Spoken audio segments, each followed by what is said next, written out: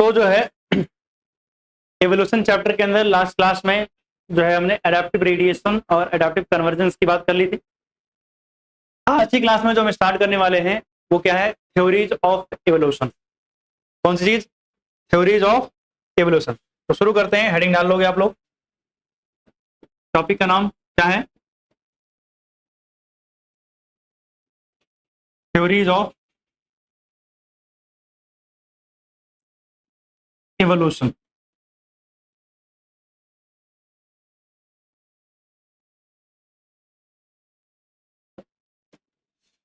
अगर मैं बच्चे थ्योरीज ऑफ एवोल्यूशन की बात करूं तो इसमें कौन कौन सी थ्योरी पढ़नी है पहले तो ये बता दूं। सबसे पहली थ्योरी जो हमें पढ़नी है वो है Lamarck.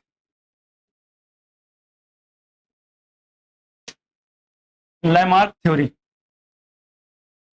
Lamarck theory of inheritance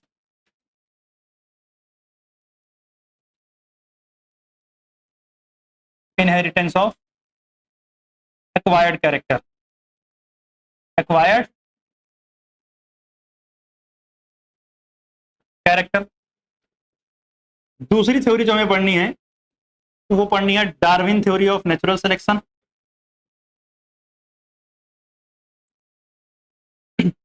Darwin theory of natural selection.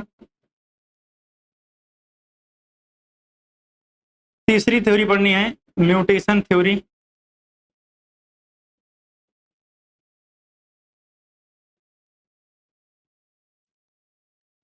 Bye Hugo de varies.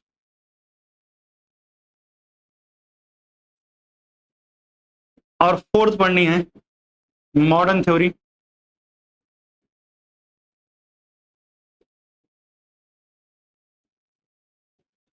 Of evolution, जिसको हम नियो डार्विनिज्म के नाम से जानते हैं। Neo Darwinism. तो ये चार अलग अलग थ्योरी हैं जो हमें इस चैप्टर के अंदर पढ़ना है। तो हम स्टार्ट करेंगे आज सबसे पहली थ्योरी से, that is Lamarck theory of inheritance of acquired character.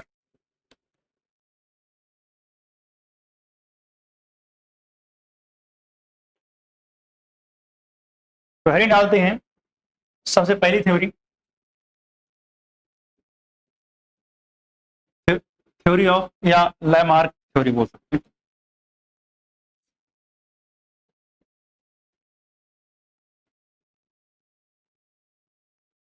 Lamarck theory. अगर हम लैमार्क भाई साहब की थ्योरी की बात करें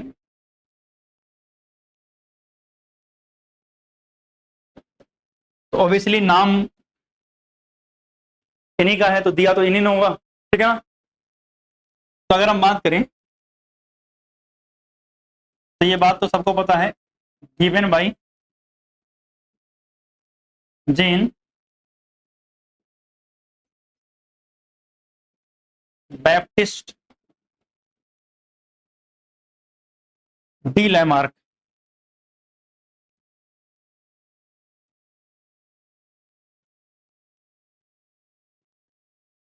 एक नेचुरलिस्ट थे जेन बैप्टिस्ट डी लैमार्क।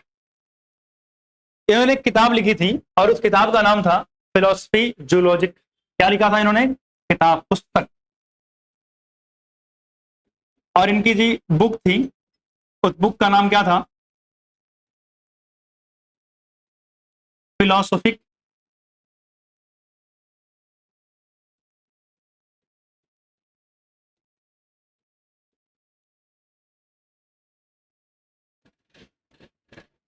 जू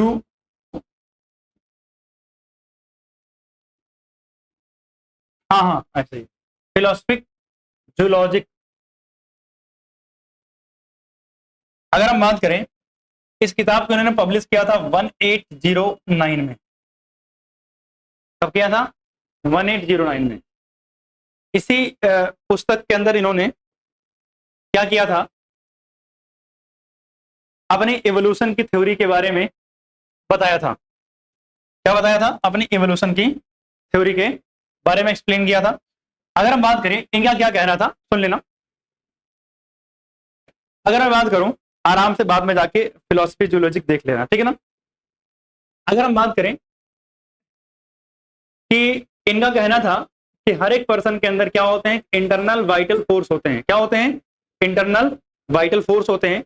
और वो इंटरनल वाइटल फोर्स की वजह से सबके पास एक टेंडेंसी होती है to increase the size of the organ and the entire body. मतलब मेरे अंदर कुछ इंटरनल वाइटल फोर्स है जिसकी वजह से मैं अपने बॉडी का साइज और ऑर्गन का साइज क्या कर सकता हूं, बढ़ा सकता हूं। इन्होंने कहा जब इन्वायरमेंटल कंडीशन बदलती हैं तो हर एक एनिमल या ऑर्गेनिज्म के लिए नई नीड जनरेट होती हैं। जब नई नीड आती है तो नई स्ट्रक्चर की रिक्वायरमेंट होती है, और जब नई स्ट्रक्चर की रिक्वायरमेंट होती है तो उनके अंदर का इंटरनल वाइटल फोर्स जागता है और वो ऑर्गन या नई नीड की या नई जरूरत को क्या करता है, पूरा करता है, यानी फॉर्मेशन ऑफ न्यू स्ट्रक्चर, यानी नया स्ट्रक्चर बनाता है। चाहे हो सकता है ऑर्गन की लेंथ बढ़ जाए, ऐसा भी हो सकता है। जब वो नई स्ट्रक्चर बनती है तो कुछ लोग उस नई स्ट्रक्चर का यूज करते हैं और कुछ लोग उसका डिसयूज करते हैं। जो लोग उस स्ट्रक्चर का इस्तेमाल कर रहे होते हैं रेगुलर बेसिस पर, उनके आगे की जनरेशन में वो कैरेक्टर पास होता चला जाएगा। यानी इनहेरिटेंस किसका होगा? एडेप्टिव कैरेक्टर का, जो हमने अपने लाइफ में एक्वायर किया है, और वो अगली जनरेशन में पास होता जाएगा और धीरे धीरे चल करके एक नई वैरायटी बन जाएगी। लेकिन जिन लोगों ने उस ऑर्गन का यूज नहीं किया, उनके ऑर्गन धीरे धीरे क्या हो जाएंगे, डिसअपीयर हो जाएंगे। यही थी लेमार्क की थ्योरी। लेमार्क की थ्योरी में बहुत सारी वाहियात बातें थी, तो इस थ्योरी को ऑब्वियसली रिजेक्ट कर दिया जाता है। और अगर हम बात करें जिस दिन इन्होंने अपनी थ्योरी पब्लिश की थी, जिस ईयर को, उसी ईयर में उनका जन्म हुआ था जिन्होंने इनकी थ्योरी को रिजेक्ट होने के बाद नई थ्योरी दी थी, चार्ल्स डार्विन। 1809 को ही इनका जन्म हुआ था, चार्ल्स डार्विन को, जिस दिन लेमार्क की थ्योरी जिस ईयर में क्या हुई थी, पब्लिश हुई थी। तो ये जो 1809 है ना, ये क्या है, डार्विन का बर्थ डेट भी है। डार्विन बर्थ, हाँ, वाइटल। तो अगर हम बात करें तो इनके हिसाब से भैया सबके अंदर क्या है, इंटरनल वाइटल फोर्स। देखो जानते हैं मैं फ्लो चार्ट के फॉर्म में बना रहा हूं क्योंकि बहुत ज्यादा थ्योरी लिखने का कोई फायदा नहीं है। तो अगर हम बात करें तो पहले क्या होगा, इन्वायरमेंटल चेंज आएगा। क्या आएगा? इन्वायरमेंटल चेंज आएंगे। जब इन्वायरमेंटल चेंज आएगा तो इससे क्या होगी भैया, नई जरूरतें होंगी। क्या होंगी? नई जरूरतें पैदा होंगी, ठीक है ना। New need and structure. अच्छा, न्यू नीड, ठीक, एंड स्ट्रक्चर, मतलब भैया नई स्ट्रक्चर की जरूरत होगी, या मैं बोलूं नई नीड होगी, जो भी आप बोलो, ठीक है ना। तो आपकी जरूरत कुछ नई हुई पहले थे, जो पहले आपके पास नहीं थी। अब इस नई जरूरत को पूरा कैसे करेंगे? तो भैया इस नई जरूरत को पूरा करने के लिए हमारे जो इंटरनल वाइटल फोर्स होंगे, कौन से force? Internal vital force. Internal vital force का मतलब है कि भैया वो फोर्स जिससे हमारे अंदर टेंडेंसी आएगी to generate the new structure या to grow the size of the organ या एंटायर बॉडी। तो मतलब क्या होगा, इंटरनल वाइटल फोर्स जब वर्क करेगा तो इंटरनल वाइटल फोर्स की वजह से क्या बनेंगी, न्यू स्ट्रक्चर बनेगी। New structure. अच्छा, नया स्ट्रक्चर बनने का मतलब यह नहीं है कि सीधा सीधा कुछ नया ही बन गया। मतलब जैसे मान लीजिए किसी की गर्दन छोटी थी तो गर्दन बड़ी हो गई, किसी की हाइट छोटी थी तो हाइट बड़ी हो गई, ऐसा कुछ चेंज आ जाएगा। तो आपको पता है कि ये सब पॉसिबल नहीं है, इसीलिए तो इनकी थ्योरी रिजेक्ट होगी। लेकिन यह है कि अभी जो बातें कर रहे हैं उनकी बातें हम सुन रहे हैं, बड़े लोग हैं तो सुनना पड़ता है। हाँ, तो कहने का मतलब क्या हुआ कि नई स्ट्रक्चर बनेगी। अब यहाँ पे जगह नहीं दिख रही है, तो जगह की कमी के कारण हम इसको ले जाएंगे अगले पेज पे। कॉपी कर रहे हैं। और इसको हम ले चलते हैं अगले पन्ने पे।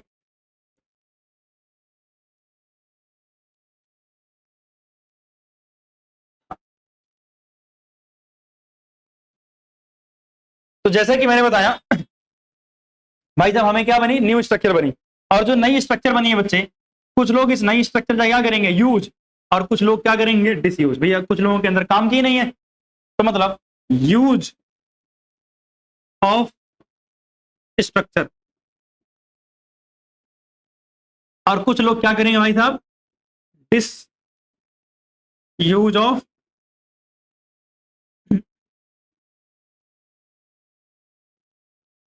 स्ट्रक्चर। क्या किया, स्ट्रक्चर का डिसयूज किया। जो लोग स्ट्रक्चर का यूज करेंगे, जो लोग स्ट्रक्चर का यूज करेंगे, उनके अंदर वो स्ट्रक्चर उनकी अगली जनरेशन में भी पास ऑन हो जाएगी। अगली जनरेशन में पास ऑन होने का मतलब एडेप्टिव कैरेक्टर का इनहेरिटेंस होना। वैसे तो हमें पता है कि सर एडेप्टिव कैरेक्टर का तो इनहेरिटेंस होता ही नहीं है, सही बात है। अरे अगर मैंने अपने कान में छेद करा लिए तो बच्चे कान में छेद किए हुए पैदा होंगे, नहीं ना, सही बात है। तो मतलब यही कह रहे हैं कि एडेप्टिव कैरेक्टर का इनहेरिटेंस होगा, बट कह रहे हैं तो सुन रहे हैं हम, ठीक। तो मतलब यहां क्या होगा, inheritance of adaptive character, adaptive character, यानी ये जो कैरेक्टर आया है इसका क्या होगा, इनहेरिटेंस होगा। और जब इसका इनहेरिटेंस होगा तो क्या बनेंगी, new species form, new species, यानी धीरे धीरे क्या बन जाएगी, नई वैरायटी बन जाएगी। क्या बन जाएगी, नई वैरायटी। समझ रहे हो ना क्या गजब चीज। अगर जो लोग डिसयूज कर रहे हैं तो क्या हो जाएगा, उनकी स्ट्रक्चर डीजेनरेट हो जाएगी, डी जनरेशन ऑफ स्ट्रक्चर। यानी भैया आप यूज ही नहीं कर रहे हो, आपके अंदर स्ट्रक्चर का कोई काम नहीं है, तो स्ट्रक्चर हम क्या कर देंगे, गायब कर देंगे। क्या कर देंगे, स्ट्रक्चर गायब कर देंगे। ये था इनका मेन कॉन्सेप्ट। क्या पीछे से एक बार हटा दो, यहां तो कोई जरूरत है नहीं इसकी, ठीक। तो ओवरऑल आपको बात समझ में आई कि एक्चुअली में जो हमारे लेमार्क भाई साहब थे ये कहना क्या चाह रहे थे, ठीक। अब जो बातें ये कहना चाह रहे थे थोड़ी सी सुनने में समझने में थोड़ी वाहियात सी लग रही हैं, अगर हम इसको कुछ एग्जाम्पल समझे। इन्होंने एग्जाम्पल क्या दिया, मतलब इनके जो फेमस एग्जाम्पल थे, जिराफ की गर्दन। इन्होंने कहा पहले जमाने में जिराफ कुत्ते के जैसा हुआ करता था, छोटी गर्दन, छोटे पैर, सब छोटे छोटे थे, क्योंकि जो पैर मतलब जो उसको खाने के लिए ग्रासेस वगैरह चाहिए थी, प्लांट छोटे हुआ करते थे, एल्गी वगैरह, ब्रायोफाइट वगैरह थे, तो जमीन पे मिल जाते थे और वहीं खाते थे, उनका जीवन वैसे से चल रहा था। इन्वायरमेंट में क्या बदलाव हुआ कि भैया वो एल्गी, ब्रायोफाइट धीरे धीरे टेरिडो, जिम्नो और एनजीओ में कन्वर्ट हो गए। जब टेरिडो, जिम्नो और एनजीओ बने तो मतलब प्लांट की हाइट क्या हो गई, बढ़ गई। अब प्लांट पहले जमीन में मिल जा रहा था, अब यहाँ है, जिराफ कुत्ते की तरह खड़ा होकर देख रहा है इन्होंने बोला भाई कुत्ते जैसे ही थे छोटे, ठीक। अब वो देख रहा है, चाहिए तो खाना लेकिन मिल नहीं रहा है। सुनना जानते, नीड बदल गई ना। अब भैया इन्वायरमेंट में चेंज आया, अब जरूरत क्या है, अगर आपकी हाइट बड़ी है, आपके पैर बड़े हैं, गर्दन बड़ी है, तो खाना मिल जाएगा, अदरवाइज नहीं मिलने वाला है। तो मतलब क्या हुआ, नई नीड आई। जब नई नीड आई तो जिराफ के अंदर के इंटरनल वाइटल फोर्स जागे, और जिराफ कोशिश करता रहा करता रहा करता रहा, और धीरे धीरे उसके आगे के दो पैर और गर्दन बढ़ने लगी। अचानक से नहीं हुआ, धीरे धीरे हुआ, कई जनरेशन लगी होंगी। मतलब मान लिया पहली जनरेशन में थोड़ा 1-2 सेंटीमीटर बढ़ गया, तो वो 1-2 सेंटीमीटर बढ़े हुए जिराफ अगली जनरेशन में पैदा हुए, फिर उन्होंने ट्राई किया तो और बढ़ गया, ऐसे चलता रहा। ऐसे क्या हुआ, चलता रहा। एक समय आया कि जिराफ की गर्दन क्या हो गई, बड़ी हो गई, और उसके पैर क्या हो गए, बड़े हो गए, और वो उस स्ट्रक्चर का इस्तेमाल करता रहा रेगुलर बढ़िया से, क्योंकि अब फायदा हो गया ना उसको, लंबे टांग आगे वाले का, और भैया गर्दन बड़ी होना, आसानी से खाना मिल जा रहा है, तो उसकी ऑर्गन्स का क्या हुआ, यूज, और यूज हुआ तो वो कैरेक्टर अगली जनरेशन में भी पास होता रहा। और इस तरीके से हमें वो कुत्ते जैसे जिराफ अब नहीं दिखते हैं, नए जिराफ मिलते हैं, क्योंकि अब क्या मिल गई है, नई वैरायटी, यानी नई स्पीसीज बन गई है। समझ गया ना? अब यही तो समझा रहे हैं, एक्सप्लेन कर रहे हैं, इनकी थ्योरी रिजेक्ट हो जाएगी वो तो ठीक है अलग। आप सुनना जानते हैं डिसयूज ऑफ ऑर्गन में अगर बात करूं मैं, तो सुनना की बात ये भी, अगर मैं डिसयूज की बात करूं, इन्होंने कहा सांप के पहले पैर हुआ करते थे। सही बात है, क्योंकि सांप जहां से इवॉल्व हुए हैं उनके एंसेस्टर के पास पैर थे, लिम्स थे, तो सांप के पास भी पैर थे। लेकिन सांप जब रेंगता था ना, तो पैर रेंग रेंग के चलता था सांप, और पैर उसके बीच में रुकावट बन, जैसे आपको रेंगना हो तो पैर आपके रास्ते में रुकावट बनेंगे ना, बीच में आ जाएंगे, हर्डल, हाथ पैर। तो कहने का मतलब लिम्स सांप के रेंगने के रास्ते में क्या करते थे, रुकावट। तो और सांप किसका नहीं इस्तेमाल करता था, अपने लिम्स का इस्तेमाल करता ही नहीं था। तो धीरे धीरे क्या हुआ, सांप ने अपने लिम्स का डिसयूज किया और उसके लिम्स ही गायब हो गए। अब सांप के पास लिम्स नहीं मिलते। और एग्जाम्पल क्या दिया इन्होंने, कहा भाई देखो ध्यान से, फ्लाइटलेट बर्ड्स, ऐसी बर्ड्स, ऑस्ट्रिच जो उड़ता ही नहीं है, कह रहा भाई उसके विंग थे पहले बट वो उड़ ही नहीं रहा था कभी, तो धीरे धीरे विंग्स क्या हो गए उसके, डिसअपियर हो गए। धीरे धीरे उसके विंग्स क्या हो गए, डिसअपियर हो गए। ये सब बातें किसने कही थी, जीन बैप्टिस्ट डी लैमार्क। कब, 1809 के अंदर अपनी किताब फिलोसफी जूलॉजिक में, फिलोसफी जूलॉजिक के अंदर कही थी, ठीक है ना। तो अगर मैं एग्जाम्पल्स की बात करूं तो यहां जगह यहीं लिख लेते हैं एग्जाम्पल। तो इन्होंने एग्जाम्पल जो जो दिए थे वो क्या थे, पहला था long neck, long neck and 4 limbs of giraffe. किस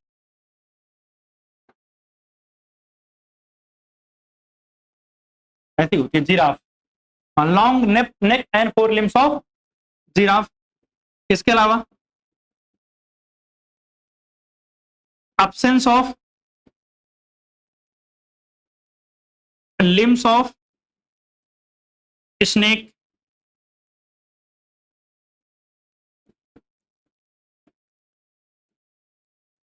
flightless birds।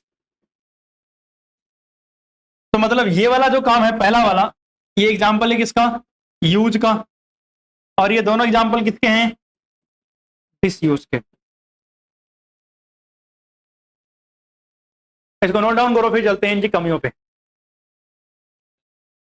तो अगर हम अब आगे चले बच्चे, तो आगे जाने पर हमें पता चलता है example against Lamarck, example against Lamarck. अच्छा एक एग्जाम्पल मुझे अभी सडनली याद आया, यहां अगर लिखना चाहो तो वेस्टिजियल ऑर्गन, इसको सपोर्ट करते हैं, वेस्टिजियल ऑर्गन, मतलब हमने यूज नहीं किया तो नॉन फंक्शनल हो गए। जैसे वेस्टिजियल ऑर्गन पढ़ाया ना, ईयर पिना के अंदर जो मसल्स वगैरह होती हैं, हेयर हो गए बॉडी पे, तो ये सपोर्टिव होते हैं। हाँ हाँ नहीं हुए, लेकिन इनका प्रेजेंस होना ये बताता है कि भैया ठीक है, अगर यूज नहीं करोगे तो क्या हो जाएंगे, नॉन फंक्शनल। कैसे हो जाएंगे, नॉन फंक्शनल हो जाएंगे। अब मेरी बात सुना ध्यान से, ऐसे कौन से एग्जाम्पल है जो इनको अपोज करते हैं। पहली बात क्या हुआ, हाँ अगेंस्ट का टी गायब है, क्या ही वाहियात काम मैंने किया। हाँ तो अगर हम बात करें एग्जाम्पल की बच्चे इनके, तो सबसे पहला एग्जाम्पल आता है बोरिंग ऑफ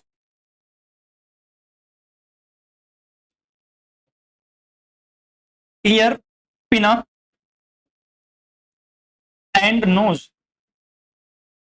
भैया नाक जो छेदवाते हैं, कान में छेद करवाते हैं, ऐसा तो नहीं होता उनके बच्चों के छेद पहले से होते हैं, जन्म होता है, सही बात है ना, जन्म के साथ कान में या नाक में छेद तो नहीं होते, वो हर बार करवाना पड़ता है, सही बात। इसके अलावा और क्या था, चाइना में जो है ना, वहां पे जो लोग हैं अपना पैर का साइज छोटा करने के लिए पता है आयरन के शूज पहनते हैं बचपन में। आयरन के शूज कई बार जो लकड़ी वाला आता है ना, खड़ाऊ जिसको बोलते हैं हम, आगे और पीछे से पूरा सपोर्ट लगा रहेगा, मतलब समझ लो जैसे शूज है ना, ऐसे आगे पीछे सपोर्ट रहेगा ताकि पैर को बढ़ने के लिए जगह ना मिले। ऐसा किस लिए करते हैं, ताकि पैर क्या रहे, छोटा रहे, ठीक है। उनके जो है प्रेजेंट जनरेशन के अंदर ये कैरेक्टर अडॉप्ट हो जाता है कि पैर का साइज थोड़ा छोटा रह जाता है, लेकिन सुनना, ये साइज अगली जनरेशन में पास नहीं होता ना, अगली जनरेशन के फिर से वैसे नॉर्मल बच्चों का जन्म होता है। तो अगर इनहेरिटेंस हो रहा था एडेप्टिव कैरेक्टर का, तो यहाँ भी तो होना चाहिए था, बट नहीं हुआ। नहीं तो उनकी टेंशन खत्म हो जाती भैया, एक जनरेशन में वो पैर छोटा करवाते हैं, अगली जनरेशन छोटे ही पैर पैदा हो रहे हैं, टेंशन खत्म। लेकिन वो बेचारे परेशान है हर जनरेशन में, क्योंकि हाइट थोड़ी छोटी होती है ना। अब हाइट छोटी और पैर बड़े बड़े हों तो पूरा खूबसूरती खराब हो जाती है उनके हिसाब से, समझ रहे हो? अरे वो वहां का क्लाइमेटिक कंडीशन और बहुत सारी चीजें हैं। जैसे अगर आप देखोगे, एक क्या नाम है, कोई ड्रामा रामा आता कोरियन, उसमें तो मुझे सब एक जैसे लगते हैं। मैं कभी कभी वहाँ घर पे देखते हैं ना लोग, तो अगर मैं मेरी नजर कभी पड़ जाती है, मुझे लगता है सब तो सेम ही है, सब सेम ही लगते हैं मुझे। पता नहीं कैसे लोग आइडेंटिफाई करते हैं, कंफ्यूजन हो जाता है। तो वो सब एक होता है जेनेटिक्स, एंसेस्ट्रल हिस्ट्री कैसी है, उन सब बातों पे डिपेंड करता है, तो छोड़ो। लेकिन जब पैर का साइज है, इसको लोग छोटा कर रहे हैं, एडेप्टिव कैरेक्टर। तो अगर छोटा कर लिया तो अगली जनरेशन में छोटा होना चाहिए था, बट हो नहीं रहा है। तो मतलब क्या हुआ? In China women bears iron shoes to reduce size of feet, but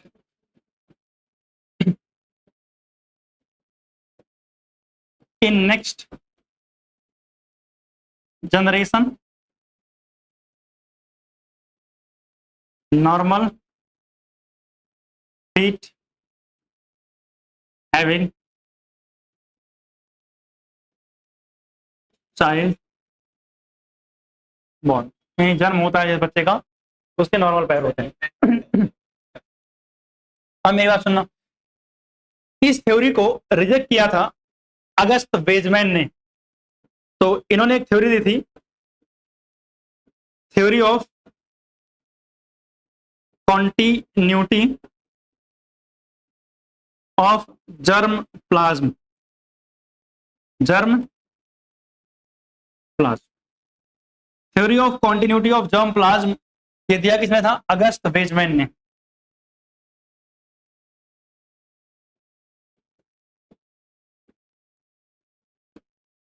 अगस्त वेजमैन ने दिया। अगर हम अगस्त वेजमैन की बात करें, तो उन्होंने अपना एक्सपेरिमेंट चूहों पे किया था, राइट, और 22 जनरेशन तक चूहों की पूंछ काटी थी। कितने जनरेशन तक? 22 जनरेशन तक। और ये देख रहे थे कि कौन सी जनरेशन में कटी हुई पूंछ वाला चूहा जन्म होगा, क्योंकि अकॉर्डिंग टू लैमार्क यही तो होना चाहिए। अगर मैंने पूंछ काट दी तो अगली जनरेशन में कटी पूंछ वाला चूहा आना चाहिए। अगर किसी के हाथ काट दिए तो अगली जनरेशन में बिना हाथ के सारे बच्चे होने चाहिए। बट ऐसा तो होता है। अगस्त वेजमैन ने 22 जनरेशन तक पूंछ काटी, कटी पूंछ वाला चूहा तो नहीं मिला, और ना तो चूहे की पूंछ की साइज में कोई कमी देखने को मिली, एज इट इज साइज मिली। तो मतलब बिल्कुल 100% गलत बोल रहे थे कौन? ठीक है ना। तो पहली बात तो इन्होंने क्या किया था? डिसप्रूव्ड किया था, disapproved Lamarck theory. Lamarck theory क्या किया था इन्होंने? Cut the tail of rat for 22 generation. कितने जनरेशन तक? 22 जनरेशन तक। और चूहों की पूंछ कट कर करें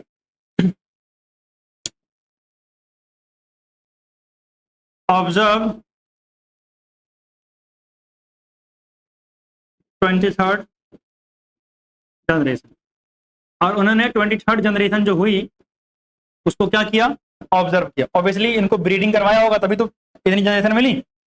मतलब पूछ कट करके फिर उनको बोल देता भैया जाओ रिप्रोड्यूस करो और अगली जनरेशन बनाओ, फिर से काटूंगा पूछ। समझ रहे हो, मम्मी पापा की पूछ काटा है और कह रहे हैं तुम जाओ अब रिप्रोड्यूस करो और बच्चे बनाओ, फिर से उनकी भी पूछ काटूंगा। फिर चूहे के बच्चे होते उनको पकड़ के उनकी भी पूछ काटता था। कहता कोई दिक्कत नहीं, तुम शादी विवाह करो, अब तुम शादी विवाह करो और जब उनके बच्चे होंगे उनके भी पूछ काटूंगा। शिद्दत से अगर चाहो तो कुछ भी मिल जाते हैं, तो चूहे ही हैं। ठीक, अगर हम बात करें ऑब्जर्व किया 23 जनरेशन को और क्या कंक्लूड किया, नो डिक्रीज और absence ऑफ टेल, यानी ऐसा कुछ नहीं हुआ कि टेल नहीं है या पूछ नहीं है, ऐसा कुछ इन्होंने देखा है नहीं। तो मतलब क्या हुआ भैया, गए कौन, लैमार्क भाई साहब। अब इनसे पूछा गया तुम्हें बताओ कुछ कैसे हो रहा है फिर चीजें, तो इन्होंने कहा देखो हमारे पास एक वर्ड आता है कि हमारे पास जो किसी भी ऑर्गेनिज्म की बॉडी के अंदर दो तरीके के फ्लूइड होते हैं। एक को इन्होंने बोला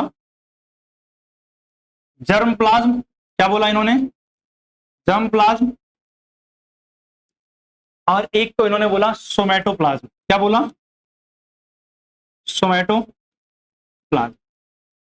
इन्होंने कहा जर्म प्लाज्म जो होता है वो प्रेजेंट इन जर्म सेल, कहां मिलता है ये, जर्म सेल के अंदर।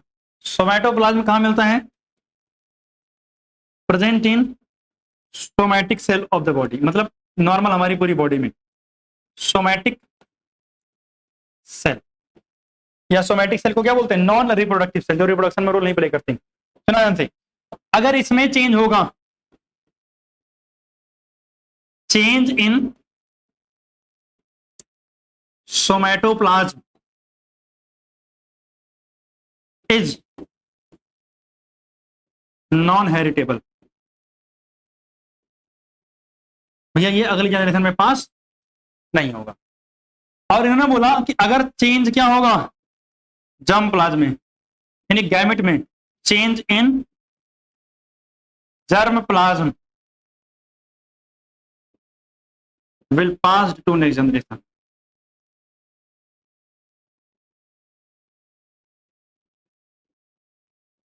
वो कहा जाएगा, अगली जनरेशन में पास ऑन हो जाएगा। आई होप यहां तक आप सभी लोगों को समझ में आया होगा। पीछे करना है क्या, नोट करो। तो अब अगर हम आगे बात करें तो हेडिंग डालेंगे थ्योरी ऑफ डार्विन या नेचुरल सिलेक्शन, सिंपल शब्दों में जो भी आप बोलो, तो हेडिंग डालेंगे हाँ theory of natural selection.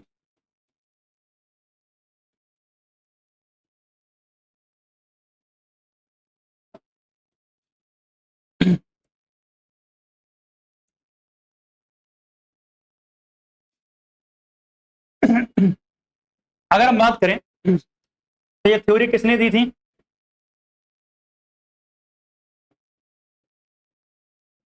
Given by Charles Darwin. आपको जैसे कि मैंने बताया था इनका जन्म उसी दिन हुआ था, उसी ईयर में जब लैमार्क ने अपनी थ्योरी पब्लिश की थी। और बड़ी इंटरेस्टिंग बात एक और है कि आज हम 2 अक्टूबर को पढ़ रहे हैं इनकी थ्योरी। 2 अक्टूबर 1836 के अंदर ये जहां भी सफर करने के लिए गए थे, 1831 के अंदर, आई थिंक एग्जैक्टली डेट नहीं, दिसंबर था कोई, 1831 के अंदर ये घूमने गए थे। South America, north America, Galapagos island, बहुत सारी जगहों पे घूमे। इनकी नाव थी HMS बीगल, जिसपे घूम के आए थे, और वहां से लौट के ये 2 अक्टूबर को आए थे, और उसके बाद इन्होंने अपनी थ्योरी दी थी। तो आज जो है जो हम पढ़ रहे हैं वो 2 अक्टूबर ही है। तो यहाँ से घूम फिर के लौट के सारा कंक्लूजन लेकर के आए थे, और उसके बाद इन्होंने अपनी थ्योरी लिखी थी, जिसको इन्होंने पब्लिश किया था 1859 के अंदर। अगर हम बात करें बच्चे, तो इसमें मेजर कंट्रीब्यूशन किसका था? चार्ल्स डार्विन का था। लेकिन सुनना, और भी कुछ साइंटिस्ट थे जिनको इग्नोर नहीं मार सकते हम। जैसे चार्ल्स डार्विन इंस्पायर्ड थे किससे? Inspired by a book on population, a book on population bye Malthus. किसने लिखा था? माल्थस नाम के एक भाई साहब ने लिखा था, और इस बुक से ये इंस्पायर्ड थे। कई जगहों पे लिखा होता है ऐसे ऑन पॉपुलेशन, तो जो भी आप मान लो, बुक मान लो, निबंध मान लो, जो मानना है आपको। तो मतलब पॉपुलेशन पर लिखी हुई एक किताब थी, और उस किताब से बहुत इंस्पायर्ड कौन थे? Charles Darwin. ठीक, और सुनना मेरी बात ध्यान से, चार्ल्स डार्विन जो है ये एक वयोज पे गए थे। कहां पे? With HMS wiggle. मतलब एक शिप है, कब से कब तक? 1831 से लेकर के 1836 तक ये घूम के आए थे, ठीक है ना। और HMS वीगल से जब चार्ल्स डार्विन घूमे थे,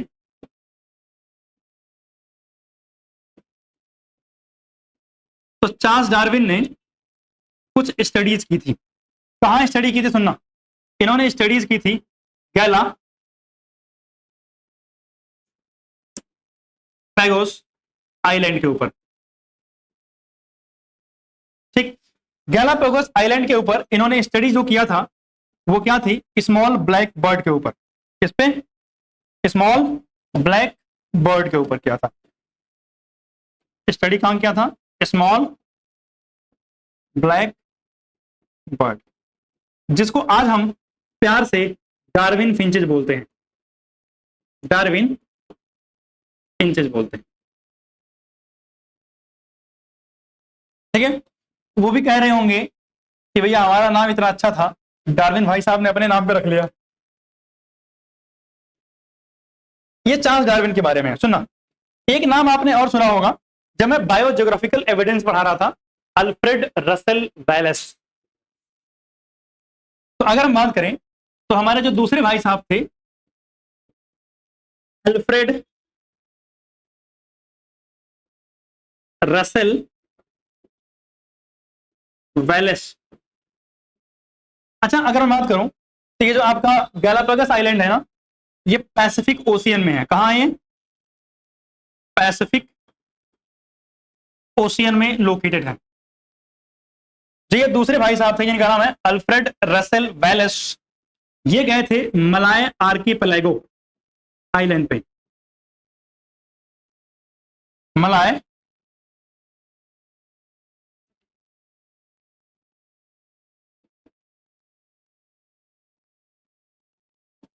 आर्कीपेलागो,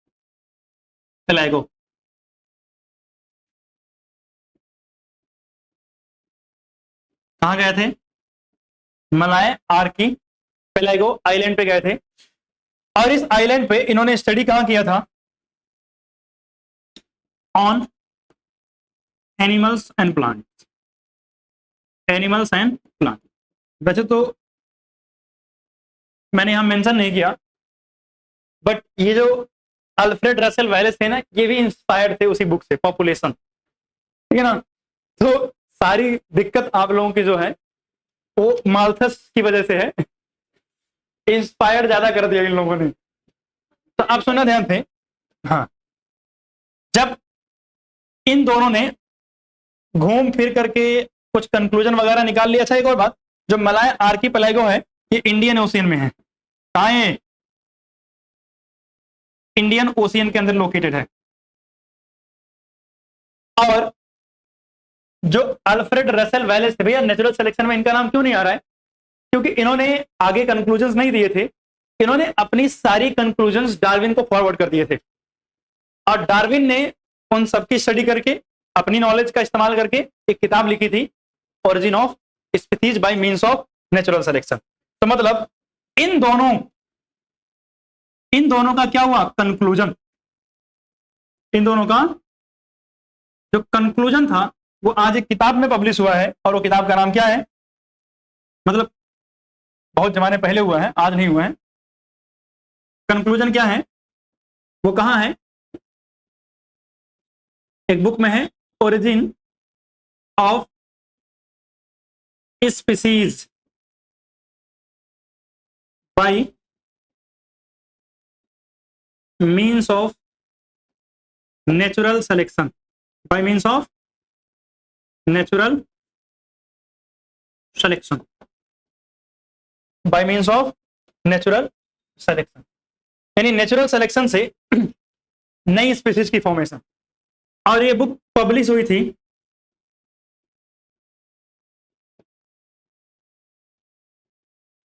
पब्लिश्ड इन 1859, 1859 के अंदर ये किताब पब्लिश हुई थी, और इस किताब के पब्लिश होते ही बहुत बिकी थी, ये बहुत फेमस बुक हो गई थी। और इस किताब की वजह से जो हमारे ग्रेगर जॉन मेंडल भाई साहब थे उनका कैरियर बर्बाद हो गया था, ग्रेगर जॉन मेंडल भाई साहब का कैरियर बर्बाद हो गया था, क्योंकि ये इतने ज्यादा फेमस हो गए थे उस समय कि कोई ग्रेगर जॉन मेंडल की बात ही नहीं सुन रहा था। तो कहने का मतलब यहाँ से आपको एक आइडिया लगा कि इन लोगों को कैसे इंस्पिरेशन मिली और किस तरीके से घूम फिर करके ये अलग अलग जगह से आए, और घूमने फिरने के बाद अपनी किताब लिखी, और उस किताब को 1859 में पब्लिश किया। तब जाकर के हमारे सामने क्या आई, एक थ्योरी, और वो थ्योरी कौन सी है, नेचुरल सिलेक्शन। तो आप समझेंगे कि ये अपनी थ्योरी में क्या कहना चाह रहे थे। चलिए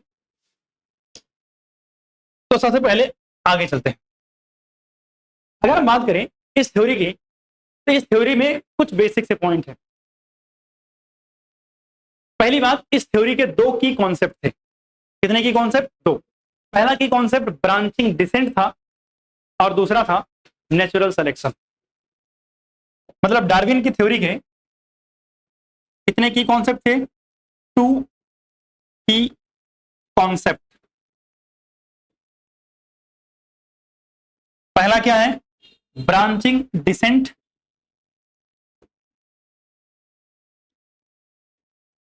ब्रांचिंग डिसेंट, और दूसरा है नेचुरल सिलेक्शन।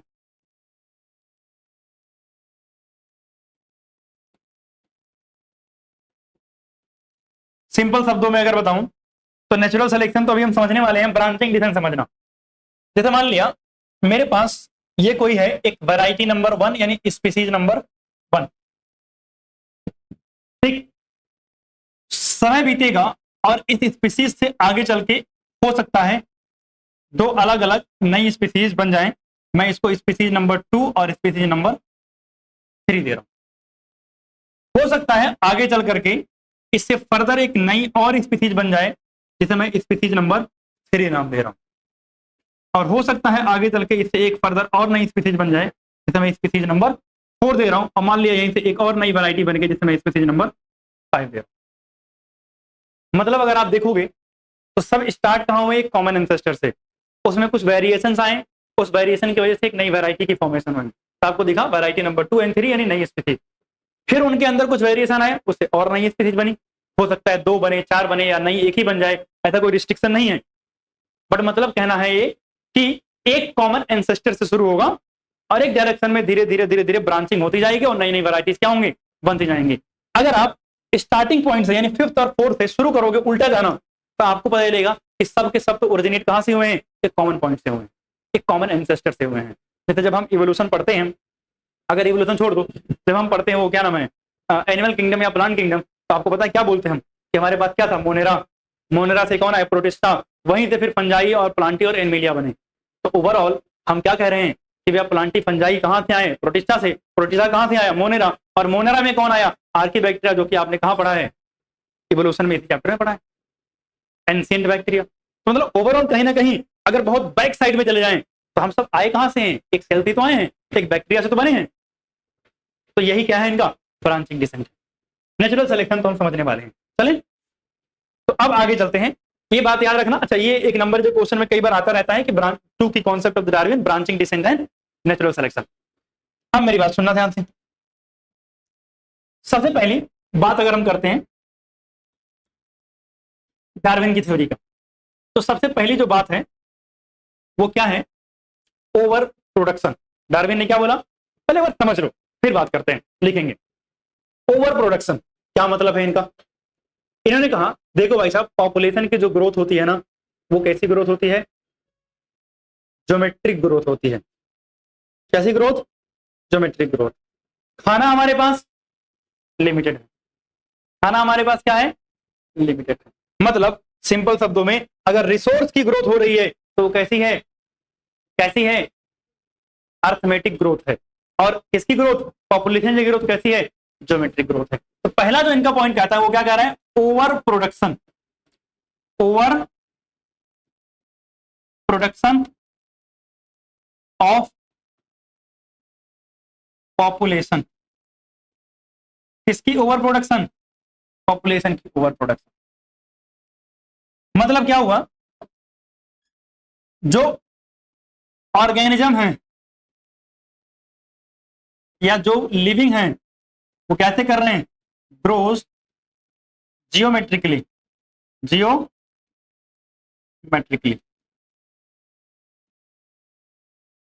कैसे ग्रो कर रहे हैं? जियोमेट्रिकली ग्रो कर रहे हैं। ज्योमेट्रिकली ग्रो करने का मतलब क्या होगा? देखना जानते हैं। अगर किसी समय पे दो लोग थे तो 2 से 4 होंगे, 4 से 8 होंगे, 8 से 16 होंगे, और 16 से 32 होंगे, और सो ऑन चलता था। That is the geometric growth. जो मैथ पढ़ते हैं उनको पता है जीपी है। ये क्या है? जीपी, ज्योमेट्रिक प्रोग्रेशन है। ठीक ना? और अगर हम बात करें तो इन्होंने कहा कि भैया ये तो ग्रो कर रहे हैं ऐसे, रिसोर्स क्या है? लिमिटेड है। रिसोर्स की जो ग्रोथ हो रही है आर अर्थमेटिक। कैसी ग्रोथ है? अर्थमेटिक ग्रोथ है। अर्थमेटिक ग्रोथ है। अगर मैं रिसोर्स की ग्रोथ की बात करूं तो अर्थमेटिक ग्रोथ का मतलब 2 था, 2 से 4 हुआ, 4 से 6 हुआ, 6 से 8 हुआ, 8 से 16 हुआ। आप खुद सोचो, जब 2 थे 2 रिसोर्स ठीक है मिल रहे हैं, 4 हुए 4 रिसोर्स अभी भी ठीक है, 8 हुए 6 रिसोर्स, 2 लोगों के लिए कम पड़ गया। 16 हुए 8, 8 लोगों के लिए कम पड़ गया। 32 16 16 लोगों के लिए कम पड़ गया। मतलब क्या हुआ? धीरे धीरे रिसोर्स की क्या हो जाएगी? कमी। यानी खाना नहीं है, पॉपुलेशन ज्यादा है, तो अब क्या होगा? भैया अगर 32 लोग अवेलेबल हैं, सिर्फ 16 लोगों के लिए रिसोर्स अवेलेबल है, तो बाकी 16 लोग क्या करेंगे? आपको बोलेंगे नहीं नहीं हम दयालु हैं, तुम जाओ खा लो, हम मर जाएंगे। हम बड़े दयालु हैं, तुम खा लो। 64 हो जाएंगे तो कितना बचेगा? 18। अब बाकी रिमेनिंग 42 क्या करेंगे कि नहीं नहीं तुम लोग खा लो, हम मर जाते हैं। नहीं, ऐसा नहीं होगा। आप लोग लड़ाई करना शुरू कर दोगे। किसके लिए? भैया उस रिसोर्स के लिए, उस खाने के लिए। एक दूसरे को मरने मारने पे लग जाओगे। एक सीरीज है, वेब सीरीज स्क्विड गेम, अगर कभी आपने देखा हो तो वहां आपको पता है कि मुझे एग्जैक्टली तो नहीं याद आ रही पूरी स्टोरी, बट जहां पूरा कॉन्सेप्ट था वहां सब शायद पैसे के लिए सब लड़ रहे होते हैं और गेम खेल रहे होते हैं, और सब चाहते हैं एक दूसरे को मार के खत्म करके हरा के और फाइनली वो पैसा क्या कर लें? जीत लें। तो मतलब यही हालत हो जाएगा। इंसान इंसान का नहीं रहेगा, मम्मी पापा आपके नहीं रहेंगे, आप मम्मी पापा के नहीं रहोगे, सब लड़ने लगेंगे। मतलब यहां शुरू होगी स्ट्रगल। किसके लिए? और एग्जिस्टेंस, अपना अस्तित्व बचाने के लिए लड़ाई शुरू होगी। और जब शुरू होगी स्ट्रगल फॉर एग्जिस्टेंस, तो भैया डार्विन के हिसाब से आप पहुंच गए हो दूसरे पड़ाव पर। तो मतलब सेकंड इन्होंने क्या बोला कि क्या शुरू होगा? Struggle for existence.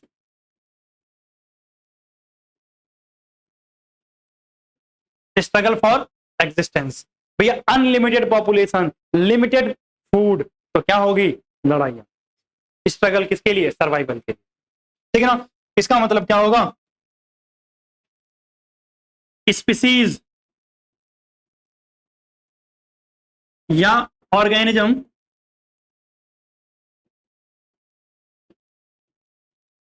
Start competing for resource or limited resource or limited resource, ये लिमिटेड रिसोर्स के लिए लड़ाई करना शुरू करते हैं। अब अकॉर्डिंग टू डार्विन जो स्ट्रगल होगी ये 3 तरीके की होगी। कैसे कैसे? पहला तरीका इन्होंने जो बोला वो है इंट्रा स्पेसिफिक स्ट्रगल। कौन सा स्ट्रगल? Intra specific struggle. मतलब क्या हुआ? इंट्रा मीन्स इन बिटवीन, इंसान की लड़ाई इंसान के साथ, कुत्तों की लड़ाई कुत्तों के साथ। मतलब जो अपनी प्रजाति का है वो अपने ही प्रजाति के साथ क्या कर रहा है? लड़ाई कर रहा है। तो इस स्ट्रगल को क्या बोलते हैं? इंट्रा स्पेसिफिक स्ट्रगल, क्योंकि आपकी लड़ाई अपने जैसे लोगों के साथ है। ठीक है ना? तो मतलब अगर हम बात करें तो ये किसके बीच है? Competition in between the same species. भैया सेम ही स्पीसीज के बीच में कंपटीशन शुरू हो गया। सही बात है क्या? कोई समस्या अभी तक नहीं ना? अभी तक डार्विन की बातें बहुत बढ़िया लग रही होंगी।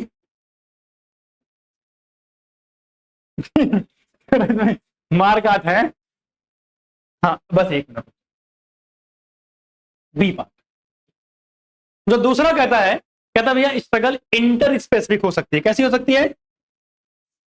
Inter specific, inter specific struggle.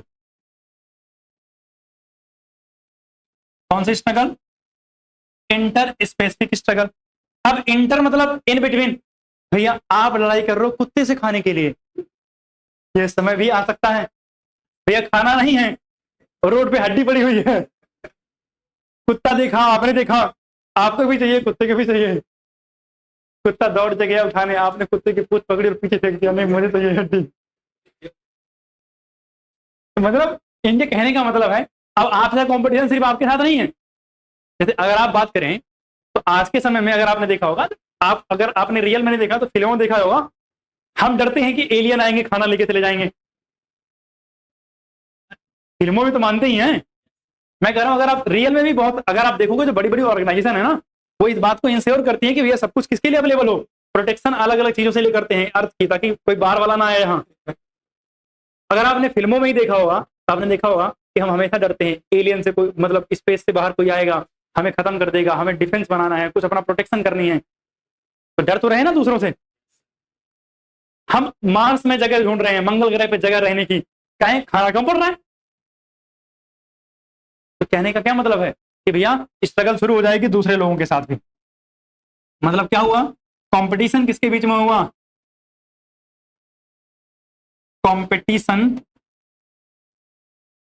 In between the different species, in between the different species. And the third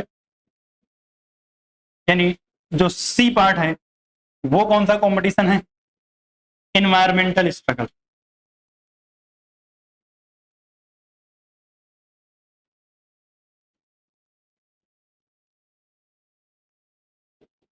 environmental struggle, ये कैसी स्ट्रगल है सर? क्या हम एनवायरमेंट से लड़ेंगे? अब आप बताओ, खुद सोचो एक बार, बारिश ना हो, मतलब जैसे आप कर रहे हो कर्म, तो आपके कर्म के हिसाब से तो नहीं भी हो सकती है। मौसम क्लाइमेट जैसा हो गया है, आप अगर ऐसे ही कर्म करते रहोगे तो बुरा होगा आपके साथ। बिन मौसम बरसात, बारिश आए, बाढ़ आ जाए, बड़े सारे लोग मर जाएंगे, बहुत सारे लोगों का घर डूब जाएगा। होता है ना, अभी भी होता है। आप देखोगे बड़े सारे स्टेट में कहीं ना कहीं कुछ ना कुछ तो आता ही रहता है। आपने महाराष्ट्र में बड़ी कॉमनली सुना होगा, पता चल रहा है बाइक गाड़ियां लोग सब डूबी हुई हैं, घर डूबे हुए हैं, घर के सारे सामान बह रहे हैं। बिहार में कई बार आता है, तो मतलब आप सोचो, या अभी देखो मणिपुर में देख लो, लोग आपस में ही लड़ रहे हैं। तो कहने का मतलब कि जब इन्वायरमेंटल कंडीशन बदलेंगी, बरसात ज्यादा होगी या बरसात नहीं होगी, बरसात नहीं होगी तो खाना नहीं बन रहा, अनाज नहीं ग्रो कर रहे हैं, फार्मर मर रहा है, बारिश ज्यादा हो गई तो इंसान बह जा रहे हैं। इसका मतलब क्या है, आप अपने सर्वाइवल के लिए इन्वायरमेंट भी फाइट कर रहे हो। कोरोना आ गया, साफ बहुत सारे लोग, तो स्ट्रगल तो चल ही रही है ना। तो मतलब क्या होगा, कंपटीशन किसके साथ, चेंजिंग एनवायरनमेंट के साथ, विद चेंजिंग एनवायरनमेंट।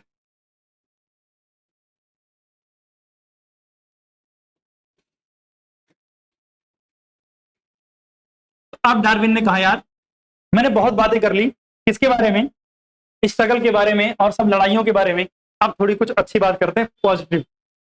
ठीक, तो जिसका रह गया था पीछे नोट करो, फिर आगे चलता हूं फटाफट।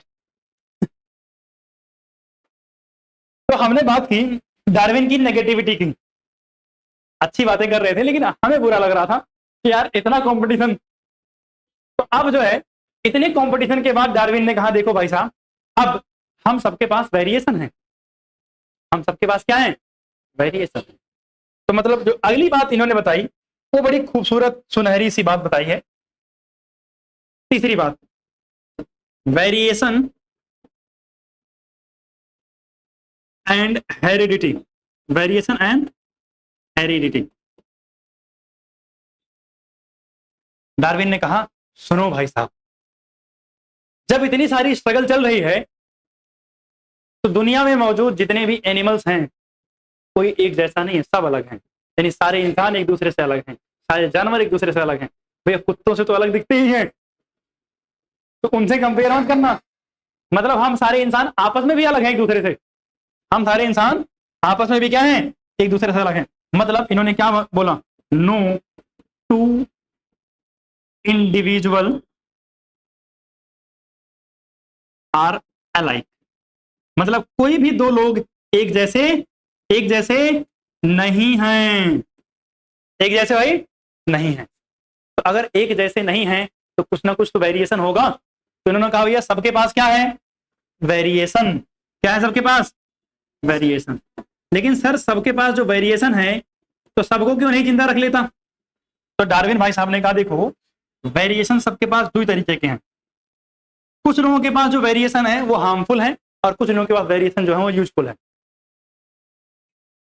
कुछ लोगों के पास हार्मफुल वेरिएशन और कुछ लोगों के पास कैसे वेरिएशन है, यूजफुल वेरिएशन। मतलब डार्विन का कहना था भैया देखो सबके पास यूनिक कैरेक्टर है। एक कंडीशन आई जिस लाइक कोरोना आ गया, मैं पढ़ा रहा था, कोई किराने की दुकान चला रहा है, कोई मेडिकल स्टोर चला रहा है और कोई मास्क बना रहा होगा, कोई सैनिटाइजर बना रहा था। सही बात है ना।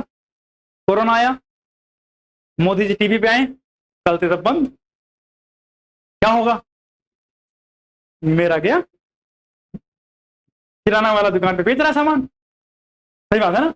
मास्क वाले के मजे आ गए, सैनिटाइजर वालों के मजे आ गए, इंजीनियर जो रहे होंगे वो घर पे बैठे होंगे। सही बात है ना। वो जो क्रेडिट कार्ड के लिए डेली कॉल करते रहते हैं स्पैम वाले, वो क्या कर रहे होंगे, वो भी घर बैठे होंगे। मतलब क्या हुआ, बहुत सारे लोगों का नुकसान हुआ लेकिन कुछ लोगों का क्या हुआ। तो ये वेरिएशन ऐसा नहीं होता कि पहले से डिसाइड होते हैं कि ये हार्मफुल है यूजफुल है। तो ये कंडीशन आई, उस कंडीशन में आपके पास जो वेरिएशन था वो काम का था कि नहीं था। कोरोना आया, मैं जो काम कर रहा था कोरोना के टाइम पे मेरा सर्वाइव होने लायक था कि नहीं था, और जो दूसरा काम कर रहा था वो सर्वाइव होने लायक था कि नहीं था। उस हिसाब से दो तरीके का वेरिएशन है, हार्मफुल एंड यूजफुल।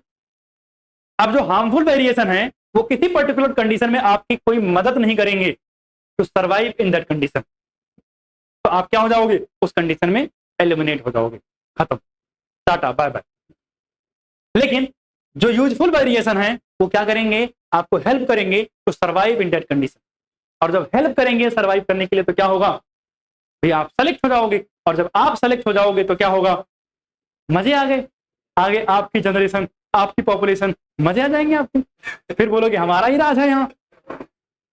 तो कहने का मतलब क्या हुआ, हमारे पास दो तरीके के वेरिएशन है। एक क्या है, हार्मफुल वेरिएशन,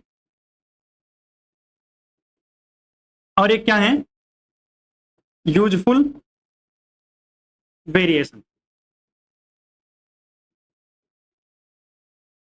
जो यूजफुल वेरिएशन होते हैं ये क्या करते हैं, help individual to adopt in particular condition, in particular condition. भैया किसी एक कंडीशन में इंडिविजुअल को अडॉप्ट करने में क्या कर लेंगे, हेल्प करेंगे। और ये वाले डू नॉट हेल्प, ये कोई मदद नहीं करेंगे, निर्दयी लोग हैं। ठीक, तो भैया अगर इन्होंने, अच्छा, यूजफुल वेरिएशन को हम एडाप्टिव वेरिएशन भी बोलते हैं। क्या बोलते हैं, एडाप्टिव वेरिएशन भी बोलते हैं,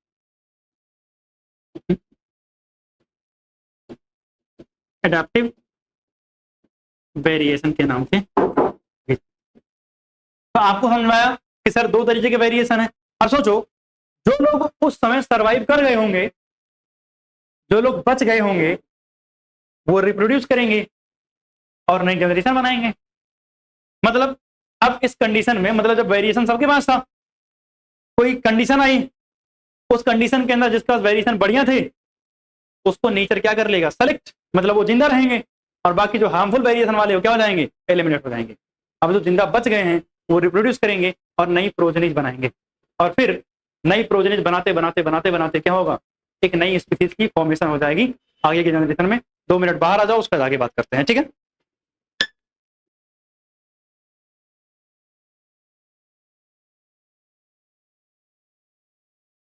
तो अगर हम आगे चलें तो अब अगला स्टेप में क्या आता है, फोर्थ। फोर्थ कहता है नेचुरल सिलेक्शन। फोर्थ क्या है, natural selection,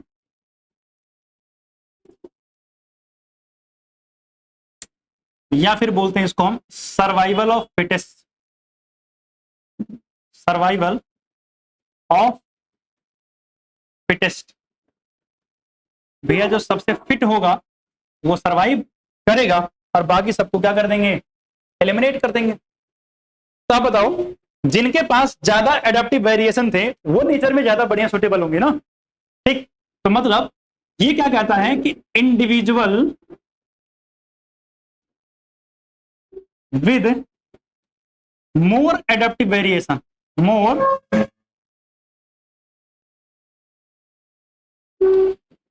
adaptive variation better fit in the environment, better fit in environment and selected by nature, and selected by nature, और नेचर उसको क्या कर लेगा, सेलेक्ट कर लेगा। अब मेरी बात सुना ध्यान से, जो नेचर में सेलेक्ट हुआ है वो क्या करेगा, अपनी ज्यादा से ज्यादा प्रोजनी बनाएगा, यानी रिप्रोड्यूस करके नई नई जनरेशन बनाएगा, ठीक है ना। इंडिविजुअल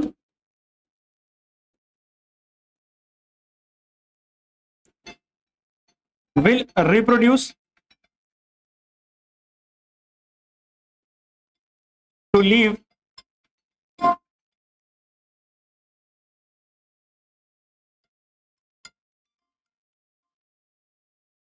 हाँ जी सर, अभी नहीं सर, अभी नहीं, थोड़ा सा दिक्कत है ना।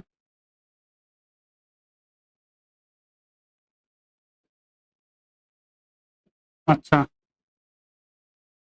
ठीक।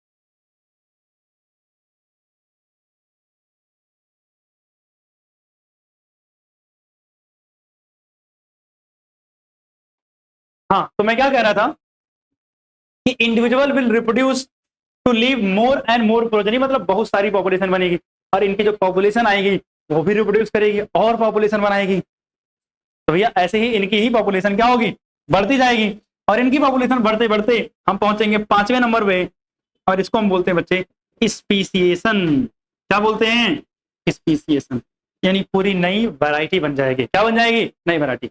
मतलब ये एक समय में नहीं होगा, बड़े लंबे समय में होगा। तो मतलब क्या होगा, useful variation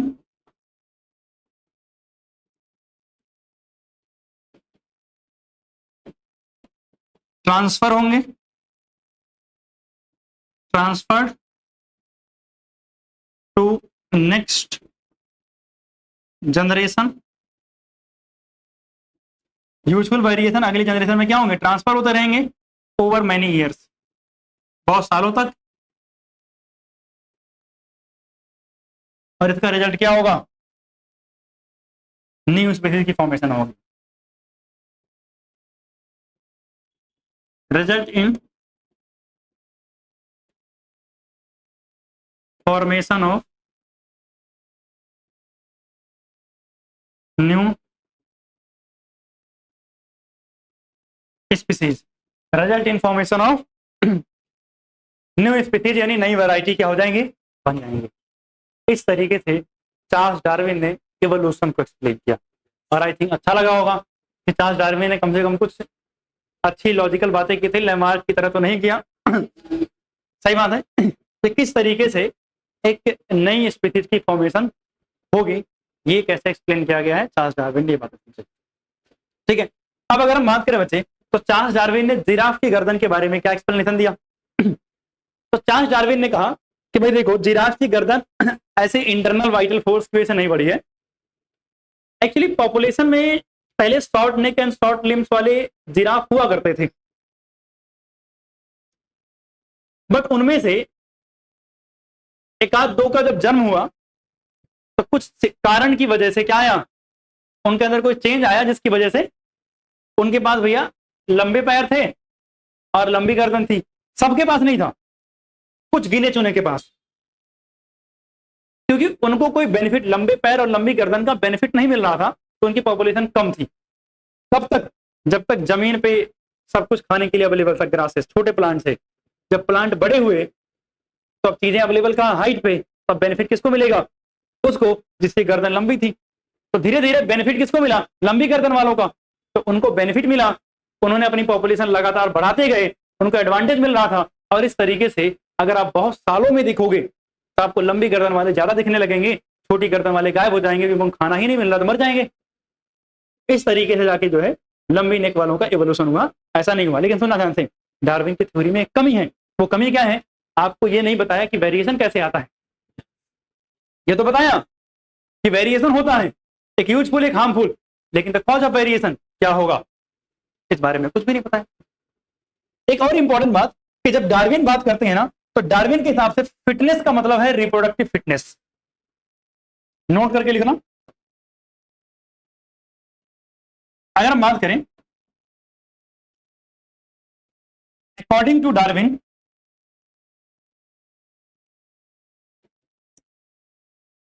fitness is reproductive fitness. Reproductive fitness यानी फिटनेस का मतलब क्या है, रिप्रोडक्टिव फिटनेस है। फिटनेस का मतलब क्या है, रिप्रोडक्टिव फिटनेस। क्या भाई साहब, रिप्रोडक्टिव फिटनेस। अच्छा, रिप्रोडक्टिव फिटनेस का मतलब क्या, to produce more and more progeny, reproduct, मतलब जो जितना ज्यादा बच्चे पैदा कर सकता है वो रिप्रोडक्टिवली फिट है। यही है सिंपल शब्दों में, ठीक है ना। तो डार्विन के हिसाब से ये था। क्लियर बात, यहां तक कोई समस्या नहीं ना, बहुत बढ़िया। हाँ, drawback of Darwin, draw back of Darwin theory. भैया डार्विन की थ्योरी के क्या क्या ड्रॉबैक थे। जो मेन ड्रॉबैक है वही लिख रहा हूं।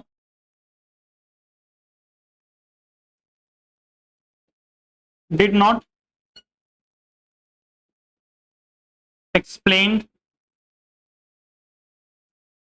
cause of variation, cause of variation,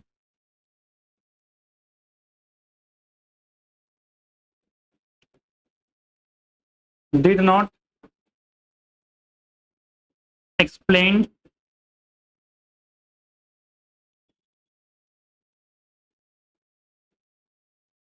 presence of vestigial organ। सोच के देखो एक बार, डार्विन के हिसाब से यूजफुल वेरिएशन सेलेक्ट होते हैं, वेस्टिजियल ऑर्गन हमारे अंदर तो किसी काम के नहीं है, तो नॉन यूजफुल होंगे। तो एक नॉन यूजफुल चीज कैसे प्रेजेंट है हमारे पास अभी, समझ रहे हो ना? तो डार्विन की कमी है, तो इस बात को एक्सप्लेन नहीं किया। उसके बाद इन्होंने बोला कि जो फिट होगा वही सेलेक्ट होगा, लेकिन अराइवल ऑफ फिट मतलब सिंपल शब्दों में वही है ऊपर वाला पॉइंट ही, बट या कई बार लोग अलग तरीके से लिख देते हैं कि अराइवल ऑफ फिटेस्ट, यानी जो फिट वो लोग हैं वो कहां से आएंगे कैसे आएंगे इस बारे में कोई नहीं बताया। Did not explain the arrival of fittest, यानी फिट वाले लोग कहां से आते हैं ये नहीं बताया है। और एक बात, इन्होंने